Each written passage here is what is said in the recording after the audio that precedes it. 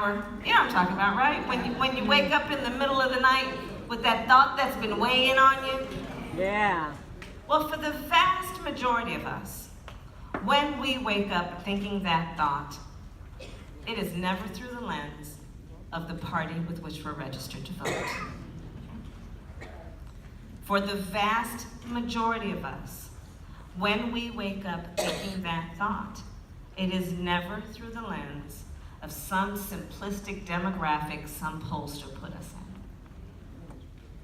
And for the vast majority of us, when we wake up thinking that thought, it usually has to do with one of just a very few things.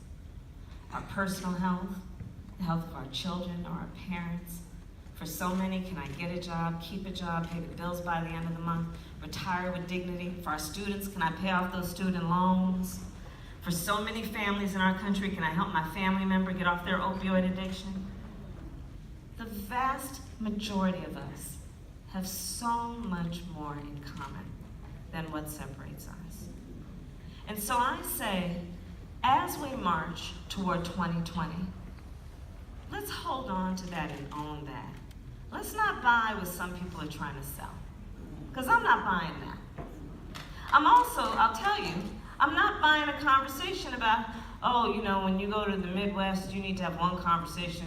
When you go to the South, you have a different conversation. When you go to the coast, you have a different conversation. I'm not buying that one either.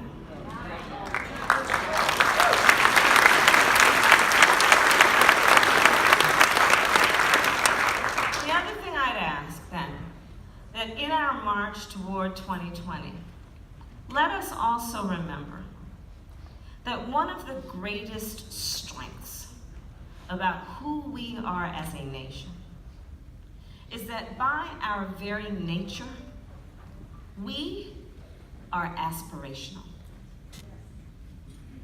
That's our nature.